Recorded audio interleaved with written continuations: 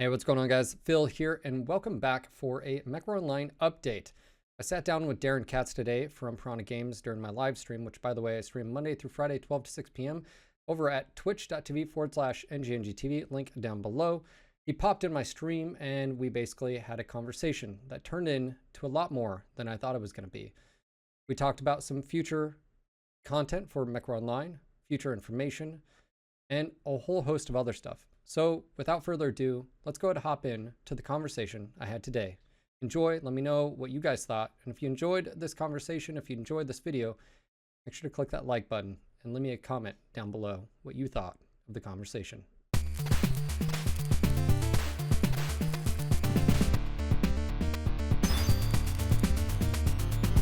A week from Tuesday. Oh wow, you guys are going to the end. Patch day is the 24th. Yeah, we're actually trying to rearrange the patch days a little bit because in December we leave early, so we're trying to space out each one so that we can get enough stuff done between them. But anyway, yeah, we're doing 24th this month. But okay. I am going to, I think, get the quirks up today as a patch preview. So a bunch of freaking mechs. Working on that right now that are getting re-quirkified. Okay. So how you doing, man? Good, busy, tired. At the end of every day I've been going and working on the boat, so it's been really long days. Ooh, did you go on the water this weekend or no? Yeah, I'm back down in my home port. Yeah, you going out this weekend? We're floating. Probably not. We're just kind of working on it still. We all slept on it last night and took our dog down there and just kind of first time we all slept on her and had a great night. Saw a meteor shower. Ooh. At midnight, and yeah, but it's just been long days, so I'm totally crashing when I sleep at night. Yeah, been sleeping really well. So just gonna toss this out there. You remember when that devlog you were like, oh yeah, we're gonna do 2 devlogs, and I was like, good luck with that. I know a way we can help each other. Yeah, be consistent with do podcasts. I'm just saying. Mm-hmm. You won't have to do well, it's editing. funny because Matt and I talk about the devlogs like every day. Like, okay, let's get this done, and this done, and then we'll, and then that last thing doesn't happen. But yeah, we want to do one to introduce Indy to everybody. Indy's been helping a ton. In fact, he helped me with the quirks. So I was happy about that. I'm stuffing my face, so feel free to talk. I did try Cody's mission pack. I tried quite a few mods and loved them. Loved those missions in the mission pack. And yeah, mods are fucking awesome. So things have been pretty quiet on your guys' end. Just been working our asses off for... Well, Matt was gone, right? For a week? Yeah, Matt was gone for a week, and then we're just like full steam ahead with the Mech 5 stuff that's happening right now. And then trying to do obviously as much as we can with the MWO as well at the same time. So we're stretched thin. This because it's the the weeks leading up to our announcements for Mech 5, and so we've just been nose to the grindstone, getting a lot of shit done. You're saying we're gonna hear more information very soon? Bond biomes, yes, I did do that one as well, Vidarian, and absolutely beautiful. There'll be some announcements very soon. Big announcements. I'm excited about it. I was more involved this time around than previously. I was kind of like learning the ropes last time. Now I'm just full bore. Well, I was predicting you guys would announce something this month and then December. That was what I was. I mean, just because of like how Q1, Q2, all that. Yeah, I cannot confirm nor deny anything until we've made our announcements. But they're coming. They're right around the corner. We're prepping the announcements as we speak. You waxing them? Waxing on, waxing off, all that stuff, yeah. You wax them more than 3 times a day, you might have a problem. Samurai Sam, well, I certainly hope so, because I don't want to uninstall the mods that I've been using. I've been loving them, but I'm not super involved in the mod team. I usually have to go to and ask them what's going to happen. And I haven't addressed that yet, but I mean, all my fingers are crossed that it goes smoothly. There's, anyway, I can't. I try and find NDAs, baby. To say certain things, right? But I used to do it all the time. Remember, like, Yeah. Like, so how do Get you guys? creative and Yeah. What if this was a thing, right? Yeah, it's a little bit different when you got a. It's not like MWO. You're talking about Mech 5 stuff. Yeah. So as far as MWO, yeah, I mean, there's stuff that we're totally full bore working with our localization company that we're working with, as well as the developer. They all have access. They're working on things now. That pipeline is being established. So there's a lot going on in terms of MWO, just not a lot to see for it yet, other than the things that we've already, been vocal about. But there's a shit ton going on in the background that I'm super excited about, because it just opens up all the doors that we are wanting to open. When are we going to be able to talk about that? As far as specifics, like what they're working on, probably Yeah. a month or something like that. Maybe after the Mech 5 stuff has been announced. Because really, after the Mech 5, like after our work with Mech 5 is done, Matt and I, for at least a certain amount of time, we're going to be 100% MWO again. I'd say we're about 50-50 right now. But yeah, it's some cool stuff on with both games. We're getting the HPG rework this month.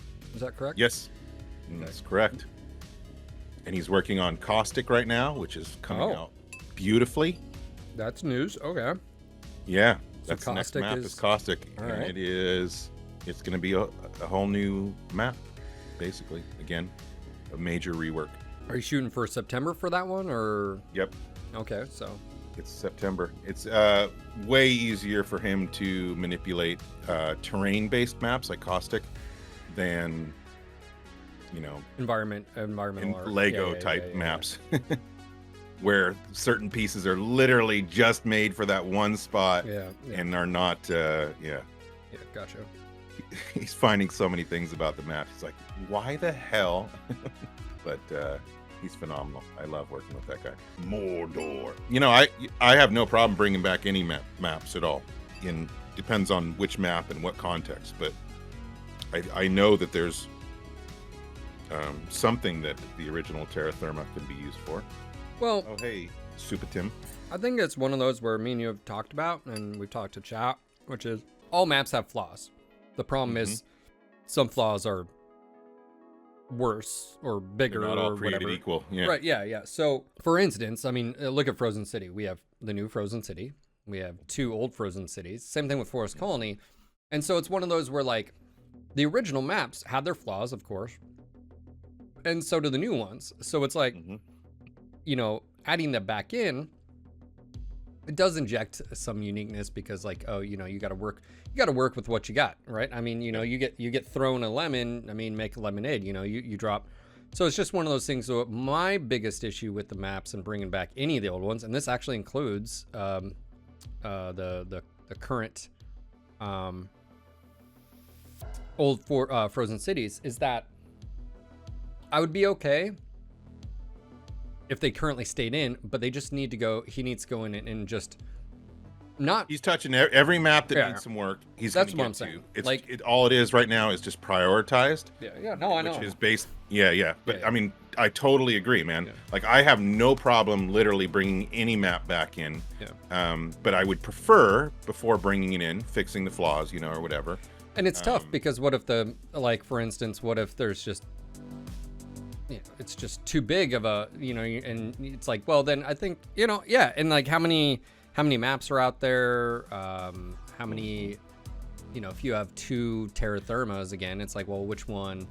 Right, Death Ball, but then you got to look at the game's changed since then too, and it's how would it play, and it's going to continue change moving forward, and right, exactly. Will that affect the gameplay? And I mean, it's just because the bottom line is right now, Mechwarrior Online is very much just kind of fluid, by the seat of our pants kind of development and making decisions. Obviously based on feedback, working super tightly and closely with the Cauldron and getting their feedback. So it's I kind of actually enjoy it. I like this style of development because we can instantly decide we want to do something and do it. And so yeah, I mean, so far I've been very pleased with the direction we've been going with maps. And and I'm very excited about, you know, even the next few maps out. We kind of have ideas of what we're going to do, including altering a faction play map for quick play, which will be essentially a completely new map because that biome hasn't been used in quick play.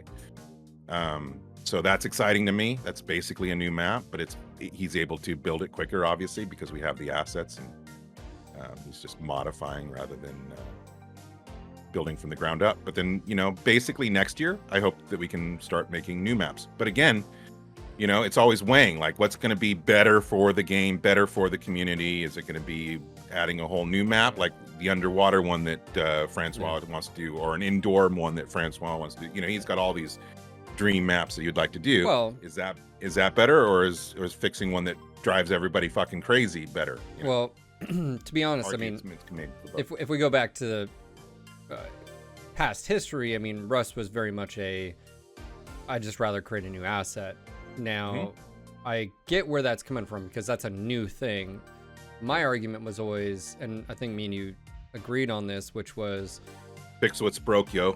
Or just like throw it a little bit of a dog, like, you know, like Dog and Bone, you know, like look at you know, Crimson or whatever. Like, you could just alter a few things here or there and then improve the map, and you don't have to really on our change. List. Well, that's my point though. Is like, not all maps, like Caustic, the ones you guys are focusing on right now, I feel like are the most, from a design and standpoint, are the most egregious.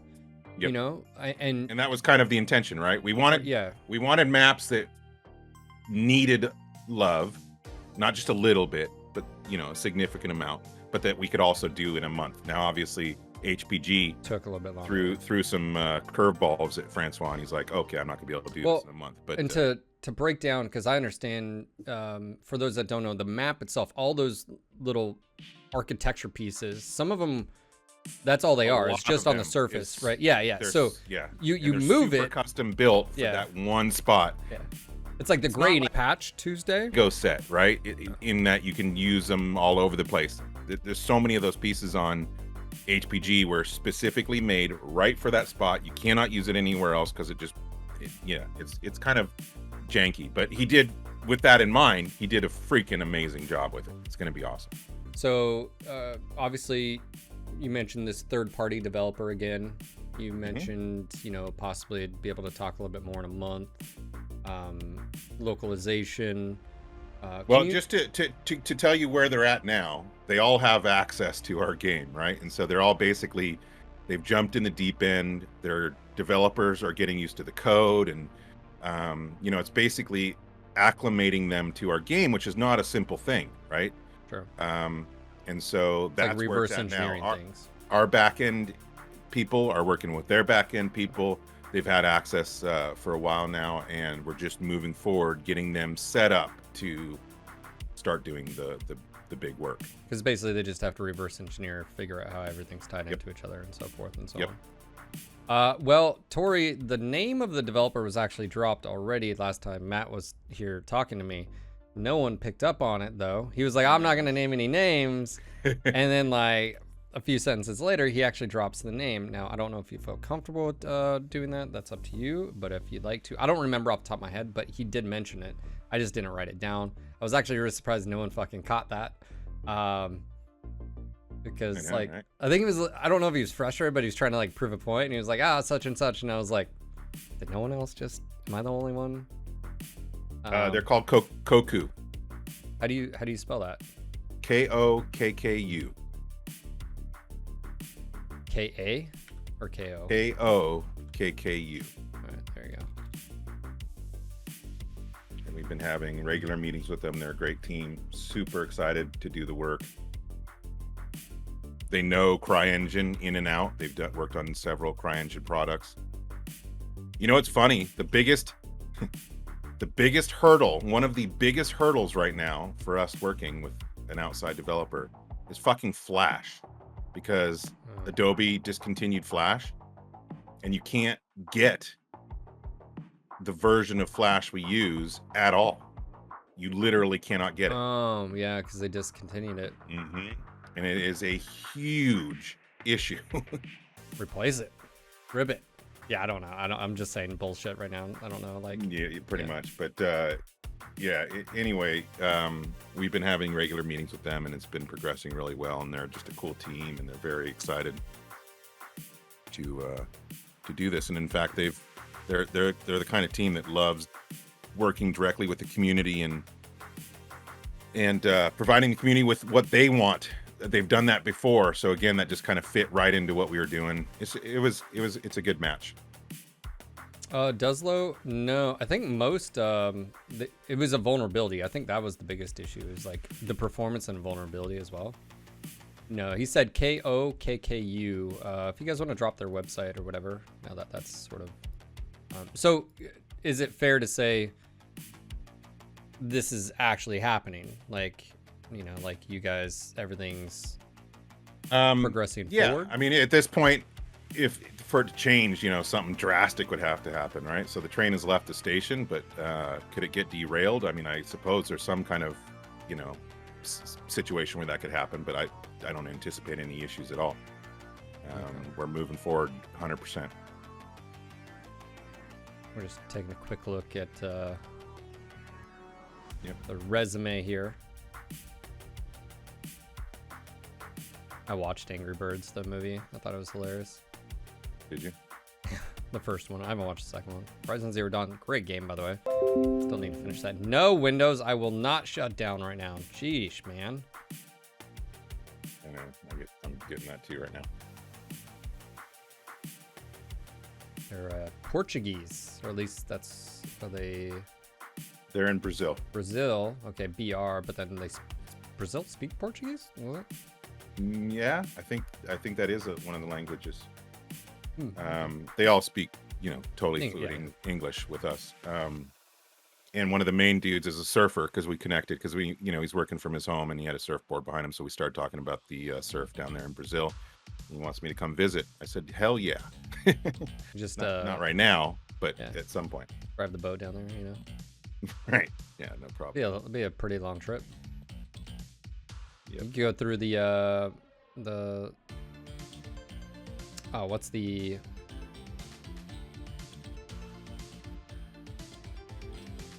canal, Panama Canal. I don't know if little boats can go through there. Panama. Yeah, anything can go through. Little boats can go through. It's a hell of a trip, though. It takes a while. Well, I mean, but yeah, that's how. If we were to, I have my retirement plans are to go and do what's called the Great Loop. It's an East Coast thing. You go down the East Coast around Florida, then you go up the like Mississippi River, and then you go all the way up through rivers up to the Great Lakes, and it's called the Great Loop. It takes about a year. So that's my retirement plan.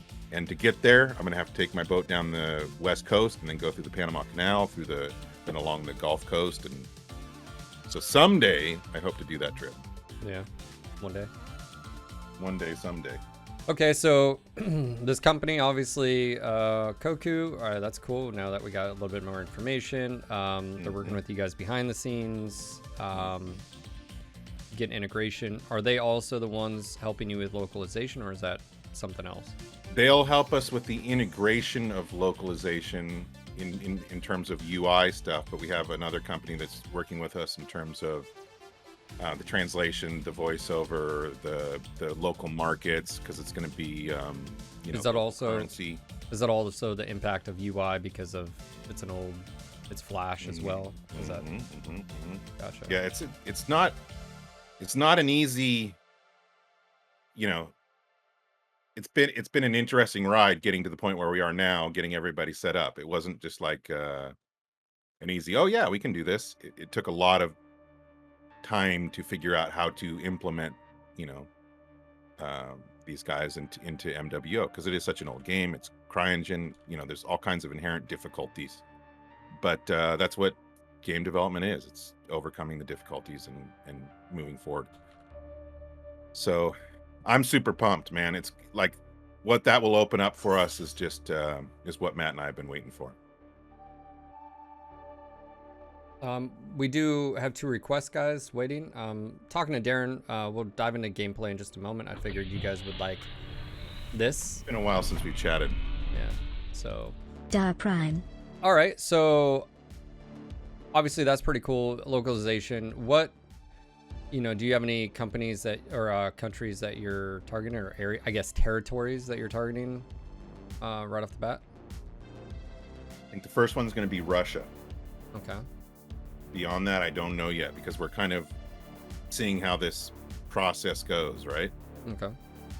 But this company came to us and they already do localization for Russia. They've done multiple games, and so they were ready and completely believe in the game for Russia and its viability there. So, yep, that's the first dipping our toes in the localization market. I mean, there's several markets, right, that I would love to get into. So we'll see. Okay. I know, by the way, did you get in contact with a shirtless Korean? I'm in constant contact. He's always like, hey, can you know, I'm like, I he is can't so do he is so he's just got a lot of energy, and like, obviously he sends me pictures of him doing shirtless handstands and stuff like that. I like his energy, but I just have a million things to do, and well, look, you wouldn't get those. To focus on one person if you weren't subscribed to his OnlyFans page. You wouldn't get those photos and videos.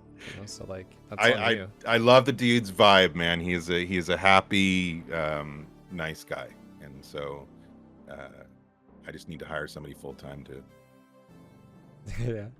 All right. So development. It's been really quiet on your guys' end. Obviously, I appreciate you stopping in. I'll slice this and get this out there because I feel like it's important, because it's like a mini podcast. But like, you're being pulled in the other direction again, and this was one of my concerns, which is just reality. Is like, you guys, I would say, are like 75% MWO, and then the rest of the time, and then sometimes you're like 90. I agree. You know, so yeah, but the cool thing is that, you know, mostly what we're doing is facilitating the work of the Cauldron, right? So. And as we bring more people on, like Indy, who can help with that facilitation as well, it's running smoothly. So I like. Will he be doing the patch notes in the future? What's that? Will he be doing the patch notes in the future? Well, he's already helped me with these patch notes, so that's why I'm going to be able to, like, okay, so what if the patch is on the 24th, and I'm able to get something up today, the quirks, I mean, that's really freaking early, and that was because Indy helped me. So right there, you know, the new team member is helping out a ton. So yeah, it's just a matter of every single person coming on board is helping a lot. And so and the other thing is, you know, 6 months ago I was still kind of learning the ropes. You know, I was still getting acclimated to the whole process and what my responsibilities were and weren't. And you know, now I'm feeling way more comfortable with my job, and, you know, that I know what I'm doing and all that stuff. So while we're still being pulled the other direction with Mech 5, we're still doing a lot with Mechwarrior Online, more than we would have been able to do 6 months ago when I was being pulled in every direction. Gotcha. So it's getting better. Are you guys looking for any positions to be filled right now for MWO? Well, like, we have wish lists. You know, like, I would love to get another artist that can help both Mark and Francois, just kind of like a general artist. Francois is always asking for a map artist because he can build the maps, but he doesn't feel very strongly about his artistic skills and making it look natural or whatever. And then also Mark is just, you know, we want to do new mech chassis, right? And various other, he's working right now on the 2 new mech packs. Obviously we released the hunter pack yesterday, and he's working already on the next one. He's working on the loyalty mechs, you know, and so he's just got a full plate always. And I'd love to get just a general artist in there that can help both Francois and Mark, so that we can get more done, and we can do a new chassis in the beginning of the year. That would be my hope. Okay. I haven't dove into the latest mech pack, so I can't really speak too much of it. I'll be doing a video covering the pack, and you guys, the question I have is, it's the hunter booster pack. The question I have for you is, last time I asked about bolt-ons and how your bolt-ons made, you know, Matt said exclusive, you know, and those things, items. and I asked, you know, would any of these bolt-ons be available to be able to purchase? So like if someone didn't want the pack but they wanted the bolt-ons, I mean, these won't. So we're going to continue with this at least for the fourth pack. We'll continue with this this kind of pack deal. But as far as exclusivity, however, obviously we had a lot of demand from people wanting elementals and inner sphere battle arm power. What is it called? Inner sphere battle arm. Yeah. And so we're going to provide that, right? So he's just going to basically make new versions of elementals, and he's going to make battle armor for inner sphere, and then we'll make that something that is available. So it won't be the exact same ones, but obviously people liked them, so we'll be adding those to the game. So basically, the stuff that's exclusive to the packs will be exclusive to the packs, but the stuff that people like, we will make those available. Some alternatives. Yes, okay. Absolutely. Yeah. Gotcha. Yep. I just figured that was a win, and I mean, you know, last time we talked, you guys mentioned bolt-ons and how, well, actually, you mentioned analytics. We said need to do the Great Purge. Yeah, well, you said Great Purge, but you also said just analytics. I guess before we talk about that, what do analytics do for you, and what do you mean by analytics? Can we break that down? Like, what, when you say analytics, what does that mean in the grand scheme of things for you? Well, for us right now, again, we've just incorporated a new, you know, system for getting all of our metrics and numbers, and so for me right now, it's learning it, because I just had to literally yesterday disconnect myself from the old way of gathering analytics, and I'm having to switch over to the new way, which to be honest, I'm a little uncomfortable with still. I knew the old way inside and out, even though it wasn't as good. I was able to immediately go look for what I wanted and get the information that I wanted. But the new system is way better and provides way more information and do you have filters. Do you have an example of, like, in this regard? Like what?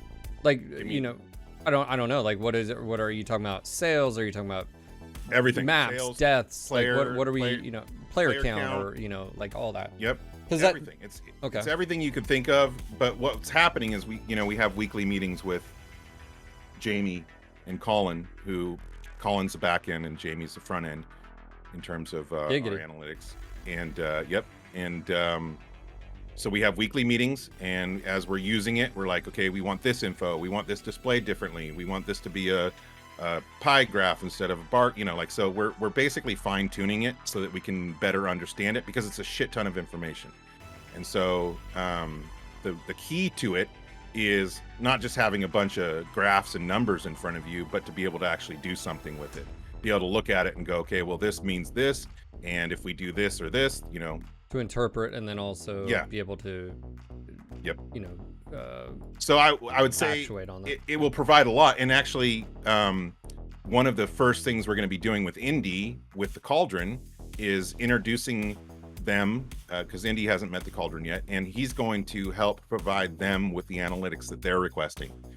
So they have things that they want. They will, because right now the Cauldron's essentially balancing based on feeling, right? Yeah, it's subjective, and yeah, it's a lot. So what we're going to do is help them put some actual numbers into it, and so Indy's going to be that bridge to them in terms of analytics. So that's going to be a big role for him right away in terms of importance. Like, you know, I think that'll be a huge help to them. They've been requesting analytics, and so they're going to start getting them. And then, you know, where do analytics? Yeah. I feel like game balance is interesting, because it's like, you know, obviously, how do you look at a bunch of data to see if a particular change is working or not? And then how much of it is biased because it's something new, it's changed, and is there any, like, fact? Yeah, so that's, I can see that. Okay, so analytics for that. You mentioned player account. Obviously, Jarl's list is sort of the one known out there. Is there any, like, from your perspective, is there any negative to like knowing Sharing how the many numbers? play? Well, like having a player count number, does that really like is it negative in the fact of like we all know the player numbers are lower than they were 6 years ago or 7 years ago, sure, but like you know, how do you feel about that? And is that really this? Is there a stigma behind it, or is there, you know? Well, I mean, any information can be, you know, depends on the context, right? So Sure. somebody can take a number and make it sound positive, and somebody can take a number and make it sound negative. My overall feeling looking at the player count is one of positivity, because if you look where we were at, you know, September, October of last year, even though right now we're in the middle of a summer slump or towards the end of a summer slump, which happens every summer, you know, people get outside, whatever, I don't know why, but we're still way higher than we were towards the end of last year, like significantly higher, both in our daily active players as well as monthly. So that is, you know, that's the positive takeaway from me. Now, I hate seeing numbers go down, and Sure. so I hate a summer slump. But again, you just compare where we're at now to where we were a year ago and even 2 years ago, and it's a positive sign. And you know, there's multiple things. We can look at the player count, we can look at the daily new players, we can look at the monthly active users, we can look at the sales, how are the pack selling, and different things selling. So you can put all that together and you can start to gather some information. We can look at you know, game modes, maps that are chosen, you know, all kinds of information that we have available to us now, and we can start formulating some, you know, definitive answers for the questions that we have. Sure. So In that regard, you mentioned, or maybe you didn't, but the first thing that pops in my head is, you know, we've talked a lot in the past 2 years, year and a half since you guys started this, new players and new player retention. Do you have analytics on that? Are you like retention? I don't think so. I don't know that we have. Like, for instance, a new account, Mhm. you know, how many games are they playing? And then are they playing, you know, like looking at, are they Well, we playing can a filter month, that, 2, right? So 3, 4, you know, Yeah. are they staying around to play? That's the only reason I bring that up is because there's still quite a bit of new players, obviously, that play the game and discover the game and stuff like that. I think, sure, I'm sure someone could argue, well, there's some alt accounts. Yeah, I think, but you could probably just percentage based, you know, take that out of that.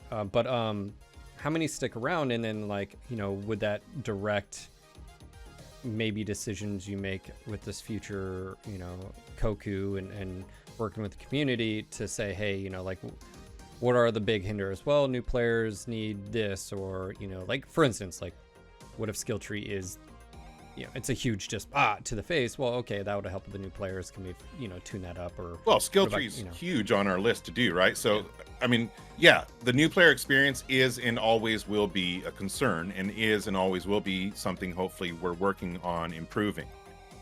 It's kind of like, you know, like we've talked about before, we have 20 plates up on the tips of sticks that we're trying to keep, you know, all of them, juggling them all and spinning at the same time, and they're all equally important, and we just have to keep running from one to the X and keep working on them, and keep implementing the things that improve new player experience, veteran player experience, comp player experience, whatever, you know, like we're trying to make everybody happy, and doing everything that we can to impact the most amount of people to make Mechwarrior Online as fun as possible, without the hindrances that we've had in the past. You know, and that's, to me, that's the biggest thing, is we don't have anything holding us back anymore other than resources, which is being, you know, solved as we speak. But beyond that, like, we don't have anybody saying, no, you can't do that. I mean, obviously, even you know, we're poking the bear a little bit, even with our recent pack we just released yesterday. You know, it's fun. I like that. I like not. What's poking the bear? Well, I mean, the Phoenix Hawk pattern. Maybe you made the connection. I did not. I'm not. Maybe you didn't. No, I saw someone make a comment about it, but does it have to do with like? Well, it's called a hunter pack. and which is for multiple reasons. It's not for only that reason at all. This is fact, the kind of... Harmony Gold stuff and all that. Yeah. Okay, gotcha. Basically, yeah, you're right, Magic. You know, but there's no fucking way we could have done that however long ago, and that's not a big deal. That's just a pattern. But my point is that we did, like Matt and I. Like, for example, the Cauldron came to us and said, hey, can we introduce new quirks, which are based off of the skill tree, right? And so with the Timberwolf, obviously, it got that new quirk, the targeting time, or the targeting info time. That hadn't been in the game at all. And so the way we essentially tested it live, you know? Like, I mean, we obviously went through QA. We couldn't see that there were going to be any problems.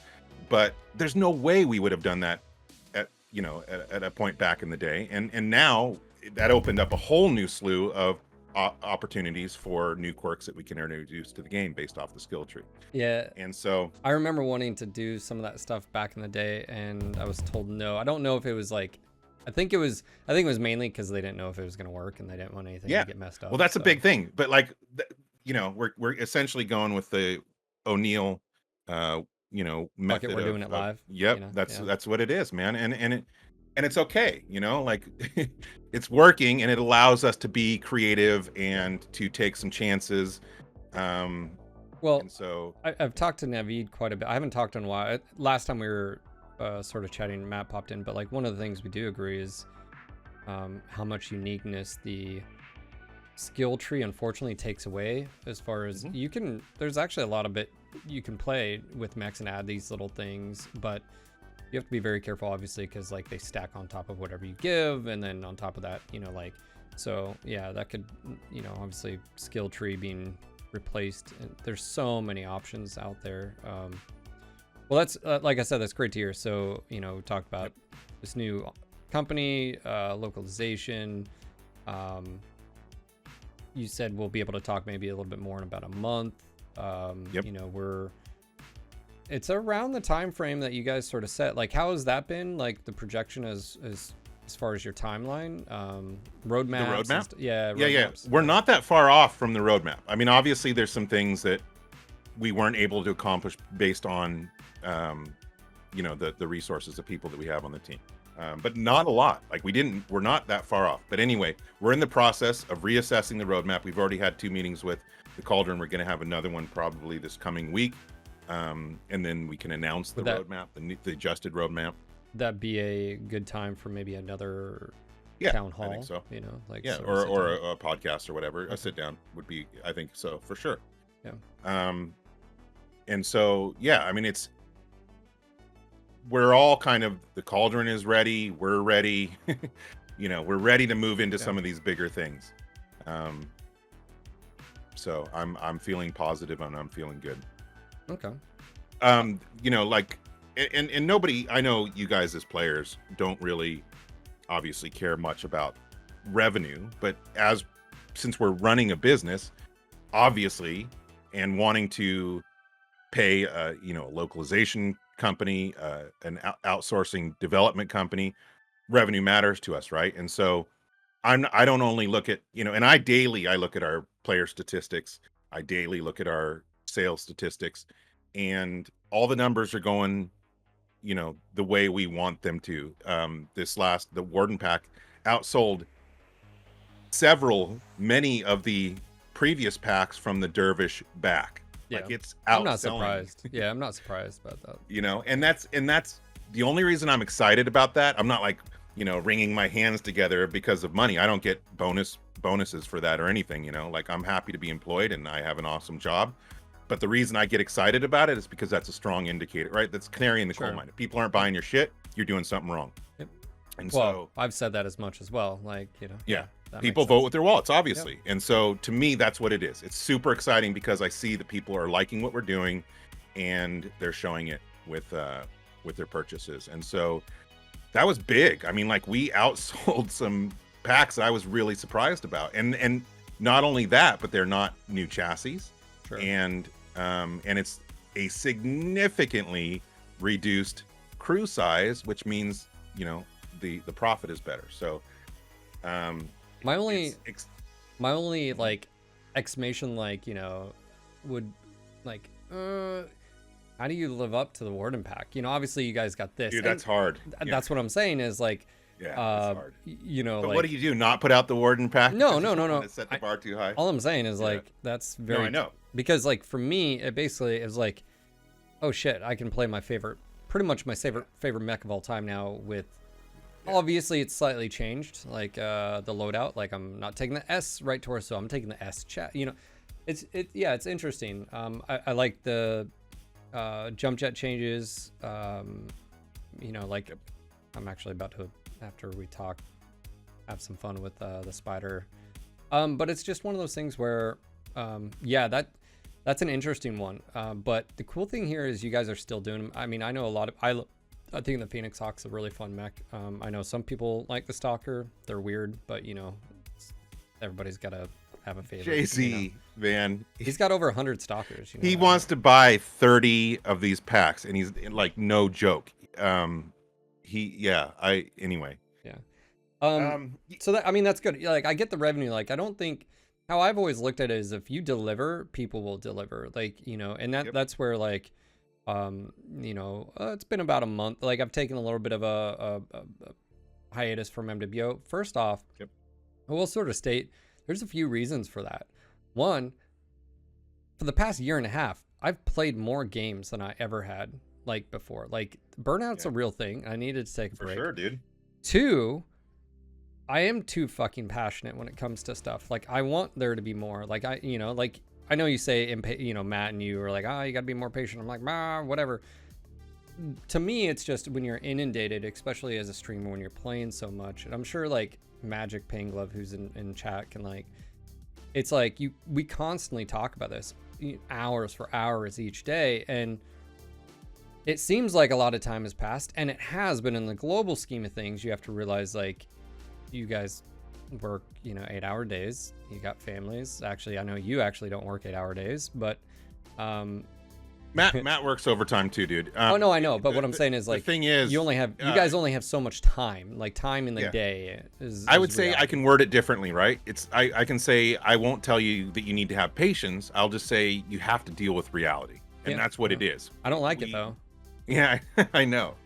Neither do I. When I have my favorite thing, I mean, dude, I can apply that to so many things in my life, right? Hands down, yes. And we're not, yeah. And so I understand the frustration. And if you don't think that we sit over here and go, fuck, I want to get this in tomorrow, you know, like we do.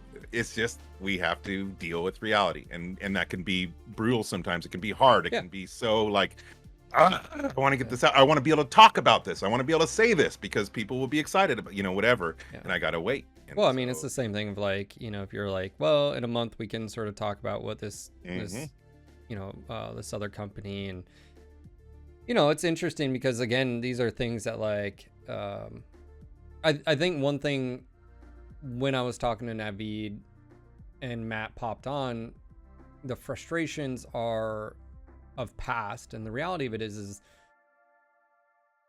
it's okay every once in a while to reflect and remember, because again, you don't want to make the same mistakes but like if you know, that's one thing. Like I'm not a negative person, and I don't like sitting around and just, it doesn't do you any good to sit around and just, you know, hey, this decision was made, why, you know, like, and that's just honestly like, that's why I also needed to take a break from the game. And again, when you play literally like 600 plus matches in a month, and you do that countless months a year, you know, again, it just it's dude, I've never played a game as long as I've played MWO.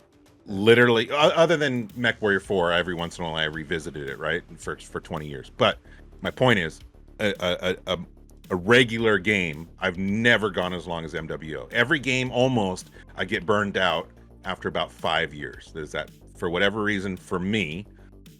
You know, the biggest games I've played, EverQuest, EVE Online, whatever, for whatever reason, I get to 5 years, no matter how much I'm loving it, I get totally burned out. I get it, man. Burnout is absolutely a real thing, especially when it's a part of your daily routine. And so I do get that. Yeah, and definitely, you know, it's funny, like I see Reddit, everybody, or not Reddit, Twitter and stuff is always talking about mental health and this and that. At the end of the day, you know, sometimes you just have to take a break, and that's what I sort of did with the game, and just sort of so I can reset and get in a good mental like you know, attitude about it. We did have one question. Tim was basically saying, he thinks, and I'll quote here, "Not to overstep my bounds, I think you should adjust the prices on existing mech packs. $50+ for a heavy mech with camo Oh spec. yeah, I can answer Seems that right away. absurd." Matt and I have already talked about that. They do need an adjustment, and in fact, we may go through and just, I don't know. I mean, that's a big undertaking to adjust all the packs, but we totally agree, Tim. And so would you consider that just is on the taking all those down and just basically starting? well, introducing that's the stuff question, as right? slows So down? Matt and I just basically have to figure out what we're going to do.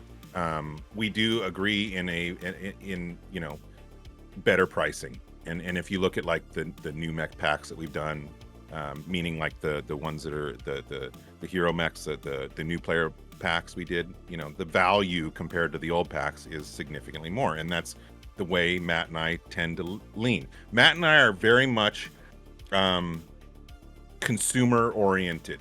We both buy a lot of games, and we are absolutely aware of the pricing for Mechwarrior Online. The old packs don't measure up. We need to adjust them. Well, and So you couldn't absolutely you that's just on the couldn't you docket. just use your analytics to justify also the changes? I mean, at the end of the day, you know, It's not even a debate, really. But dude. also It's just like, for it's just fairness a matter to of we your- just need to make the time and to do it. yeah, and your fairness to your customers, which is, you know, us, which is like, you may have new players that are or even existing players, but it's like, is that fair? You know, like at the end of the day, where Let me put it this way, you know, everybody thought it was an error when we, with these booster packs, that we made it so that you could still buy it for a month after it's released and get the early adopter rewards. Everybody thought, oh, you totally fucked that up. You messed up the dates or whatever when we first did it. Well, the reason we did that is because we care about the consumers. We're not trying to trick people. Sure. We're not trying to coerce people. We want to make good product and have it be of good value, and people want to get it. And so that's our view on everything. We Well, I just think- have to have the time to adjust stuff. Well, I mean, I'll call it what it is. It's good business, because I mean, at the end of the day, I bought the Warden pack, and I'll buy this pack, and I'll show it to my community when I'm playing it, and then they can make a decision whether they want to buy it if they haven't done so already. Like that's how it should be. Like, and they can still get the bonuses for the early adopters. So to me, it's good business because that allows, and there's not many community like content creators out there, but like that allows Baradul and TTB and myself to be able to like, hey, you know, like, Absolutely. and also too is like, hey guys, don't, you know, like if you don't feel comfortable, and you know, pricing here, what, $20, right? If you don't feel comfortable because you don't know if it's going to perform well, if that matters to you. Some people, how I look at the booster packs you guys have been doing is, if you like the direction PGI is taking the game and doing that, regardless of the mech, then you should probably get it. But if $20 is a big deal to you and you're not really sure, then just hold off. I'll play it, I'll demonstrate it, and then you'll have a month even after it comes out to make a decision, so you can get those bonuses, which is nice. I mean, so like, to me, it's a win-win, right? So It's the whole idea behind the booster pack. That's what the term booster was put in there for. It was a way for the community to support what we're doing if they like what we're doing. And so and the other thing is, Matt and I our ears are wide open, man. If we fall short on value or whatever, we'll adjust it, man. Just like in a heartbeat, we will go in there and adjust it. Another example is we did the selfie contest with the Warden pack, and you know, when I first put out the values, I got feedback in the first couple days that they were too low, that we weren't giving away enough. So I just raised it. You know, like, we're not against that, man. Matt and I don't have egos. We don't have pride getting in the way, anything. We're here to make the players happy and do the best job that we can do with the game. And that's the way to do it, man. Like, Matt and I 100% believe in the process that we're doing and the way that we're looking at this. And we are absolutely about being as consumer friendly as possible. yeah, I mean, the pricing of your mech packs, I would even go so far as like, you know, pricing in general would be interesting. And you know, I'd still toss it out there, like, even when it comes to like camo color or paint colors and stuff, I know those are high, but that's we can adjust all that well, stuff. pricing, but also too is like, And we how I probably look at will. it is, you have an existing customer base. Some of those customers have everything. They'll continue to purchase, but obviously if the pricing was a little bit better, to help their wallets and maybe they'd spend more money in other areas. But like, you know, I still toss it out here where you have different materials. We get them sort of in some of these packs where, you know, again, shiny, you know, what about shiny, you know, what about matte colors, stuff like that, where I feel like if they were priced accordingly and you had options to where some were, you know, like that, I think people would buy some of those too. But yeah. Just to give you an idea, though, like, and this is the interesting thing when you go and look at statistics. I mean, we're still selling, dude, we're still selling the clan packs. Sure. Like a lot. Yeah. You know, the top ones right now are like, this is like in the last 30 days, the Mad Dog, the Thanatos, the Hunchback 2C, Marauder 2, Shadowcat, Marauder 2C, do you think King Crab, Warhammer? I mean, it's just like all those old packs still sell. Yeah. And again, I feel like, and that's new, obviously, most likely new players coming Sure. in or whatever. But again, that's a good reason to adjust the pricing on those so that, again, they're more friendly to the people coming in. And they're not having to spend, you know, the pricing that was established 9 years ago when it was a new game. Well, and if they can get double or triple or whatever more for their money, Yep. then, you know, does, yeah, I mean, look, the game's older, but it's not old to everybody who comes in as well. So like, but you want it to be priced accordingly. But yeah, I don't think Absolutely. And that's that fair. also includes getting these packages up on Steam. Matt and I have a lot of store stuff that we need to do, and it's hard because we have to balance our time, right? There's development time, and there's essentially marketing and revenue time, and we tend to lean towards development time because that's what's going to make the players happier, and that's what we've determined is a better move. And so we try and get as much time into, you know, developing the store and the revenue. But like, for example, you know, the new player packs that we have, those 4 heroes, and we're about to release 4 new player packs, the clan ones, we still don't have those on Steam. And the truth is, we'd be making a lot more money if we could get them up on Steam, but it's not easy. It takes us time, and we just haven't said, okay, we're going to not do this, and we're going to put these things on Steam instead. So we sometimes are missing out on revenue because we that's where prioritize the way we prioritize. Isn't that where resources like this Yes. new, you know, Yes. designer can take over that aspect, and you don't have to even mess with it. You don't have to mess with the cauldron anymore. You don't have to mess with the patch notes. He's handling everything. I mean, really, that's Absolutely. basically, and then, you know, of course you're still working with them, but like that offload and onboarding frees up your time to focus on those things. Sure, that makes sense. Absolutely. I don't even really like the next. I mean, the other questions I have are I think are more geared to maybe next month, if, you know, with this company, or what are your guys' plans, priority, and roadmap and stuff, because, you know, like I said, we don't have anything necessarily new going on in the game other than, you know, Mech Pack, and we'll get a new updated map. But as far as like, you know, Just skill adjustments, tree, right? There's iterations and adjustments skill on tree, already faction existing play, things, Solaris, you know, those are the, Yep. you know, those are things, you know, you spoke of UI earlier. Are you guys looking at potentially, you know, replacing the Flash system? Is that even possible with CryEngine, or is it you guys will we find haven't a had way? that discussion yet. I mean, Okay. dude, I mean, there's things I would love, right? Sure, But sure. I'm not the person to answer that, and we haven't had that conversation with them yet. I mean, we've, you know, just really quickly glossed over some issues and things that we would like to see, but we're not at that point yet in determining what they're going to do. Gotcha. I mean, I think the first thing that they're going to do is localization, you know, and so that'd be implementing stuff in the UI to match the localization that the other company's doing or whatever. And that's kind of like getting, you know, dipping our feet in the pool or whatever, and working with them, and then getting things just ramping up. Just like we ramped up our crew, we'll be ramping up their crew.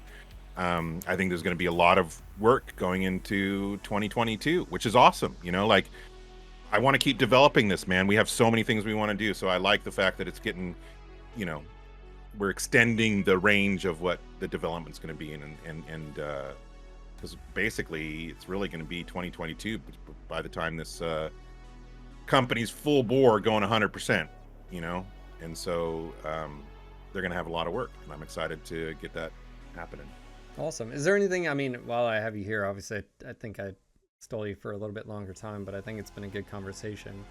Again, we've talked about localization, we've talked about this developer you guys are onboarding, Koku, for those that are out there. I can tell you some KKU. vague things that we're talking about, Sure. that I can't confirm is going to happen, but we're working on. As far as MWO is concerned? As far as MWO, we're currently working with the comp community, the MWO comp, and we're trying to establish an MWO world tournament this year, and along with significant support and prizes, and like making it bigger than it's been the last couple of years. Sure. Along with that, because of COVID, we're also looking at the possibility of doing a virtual MechCon this year. So we're having meetings, every week, every other week with the appropriate people, and trying to do that. So I'm excited about that. Obviously I love MWO comp, and so that's something that we're working on, and we'll probably be announcing soon, one way or the other. I hope it's one way. And let's see what else is with MWO that's coming up potentially. I don't know if I can announce anything up beyond that right now. Okay. And outside of that, you did mention exactly, Mike, back from the grave. You guys mentioned, or you mentioned, news to come for Mech 5 this month. So that's I think news pretty big news, man. Like, that was my guess. Two things right off the bat that are huge about the announcements. So I think Mech 5 fans are going to be pretty happy. Okay. I'm excited. I enjoyed Heroes of the Inner Sphere, but the truth is I'm a little bit more excited about what's coming than I was about that. And I'm not shitting on it. I enjoyed, I played, I started a whole new campaign. I got through it. But some of the stuff that's coming out is pretty cool, and I didn't expect it to happen ever. So that announcement should be coming out very shortly. Okay. I did reach out to you, and I got in contact with I won't name a name until it's confirmed, but to do a podcast hopefully at the end of the month, which now makes sense because he said I can't do anything until the end of you're talking August. about Carrie, and yeah. Super nice guy. We've met him. I met him, me and you both back in the day. He called him Wolverine. He is. He's like a mini freaking Hugh Jackman. like it's weird, Yeah. He's a cool guy. Anyway, he'll be. He came to Matt and I and asked about that, and we just looked at the announcements that were coming, and he felt like just waiting a little bit, he'd be able to talk about way more and make it a more interesting podcast. So sure. We're looking forward to him being on your podcast. Well, I think there's some valid concerns as far as modding, and I know that's definitely at the top of people's head is like, hey, because obviously we know DLC, you guys have talked about it, DLC 2 was going to happen, we just didn't know when. It'd been a while. I started guessing August because of the quarters, and I was like, December release, and that's just normal. That's normally what happens. It gives you guys, obviously you've already been working on whatever, but modding is a big, heck, we're just now getting our Mech Manor mod sort of semi, especially with our Mason issue. But I don't. Modding will be a great thing to talk to Carrie about. He's totally into the mods as well. In fact, I had a meeting with him last week about all the mods that have been coming out, because he's basically wanting to know what the popular mods were and what they did. And so I was sending them all the cool ones, some that we mentioned earlier in the stream. And so that's always at the forefront of our mind is the mod community and the mods, because they do add so much, and they take a shit ton of work for you guys to implement. So I would definitely have modding questions ready for Carrie. All primary objectives complete. Okay, so obviously Just want to say thanks for popping on here. I didn't know if there was any like last words or famous last words. No, last will and testament, you know, all that fun stuff. Yeah, I got Matt poking me, so I got some stuff I got to work on. But yeah, man, I think next week we'll either do a which the plan is to do a dev vlog next week. But if we don't, maybe we'll just do a podcast. We'll talk next week. Yeah, sounds good. All right. You got one last question in chat. Small personal question. One. Paint seem great for field. The bolt-ons just feel slightly underwhelming in comparison. I hope there's more. Yeah. Well, so one thing is, and this isn't to in any way demean his work, but flying debris, Alex didn't do this concept art because his family grew this last week. And so he was out, or these last couple weeks, he had a baby. And so he was not available to do concept art. And so we congratulate Alex on his I thought I saw growing something family. on Twitter. Yeah, okay. Yeah. And so Mark did the concept art. Now, that being said, you know, not everybody's going to like the bolt-ons for every pack or whatever. There was a specific theme he was going for, Mark, and I think he did a great job. The hard thing is measuring up to that damn Warden pack. And I knew that we set the bar so high in terms of just like a theme and a package that it was really gonna be hard to move forward with that. But yeah, I mean, Magic put forward some ideas, because I'm already talking to Naveed and the Cauldron about, you know, adjustments potentially to the pack based on feedback. So certainly there's time to do that. And again, it's not an ego or pride thing that's going to get in the way. The only thing that get in the way is just resources and time or whatever. So we have no problem adjusting the things that we're working on if we're falling short, as long as we are able to, you know, meet the requirements in terms of the crew. So absolutely, we're open-minded. But yeah, hope that answers. Yeah, man, I appreciate you hopping on. Absolutely.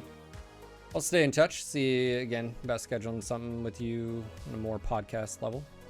Sounds good, man. Everybody, have a good day. Thanks for stopping by. You as well. Cheers, guys. Have a great weekend, everybody. Talk to you later. Later, man. See you. All right. So, I mean, obviously lots of information there. More than I thought we were going to talk about, but good. I'll be grabbing this information and putting it up on a YouTube video. Good information there. Interesting to hear about the localization in this new company. I'm wondering again, this sort of lines up with their, yeah, the Koku guys. Yeah. I don't know them. I don't know anything about them. I don't know, like, again, I don't know anything about it, but it's good that they're behind the scenes already getting, looking at things. I think that's what we've been waiting on is just more information. Again, it's one of the things when I was talking to Naveed, a few weeks ago, and Matt hopped on and I was like, you guys have been, it's been dark, going dark, and yeah, more hands on deck is critical part of, yep. So that's intriguing. It'll be intriguing seeing, what a year from now, a year from September, if that's when they're really going to be starting to work on stuff, where will things be? So, yeah.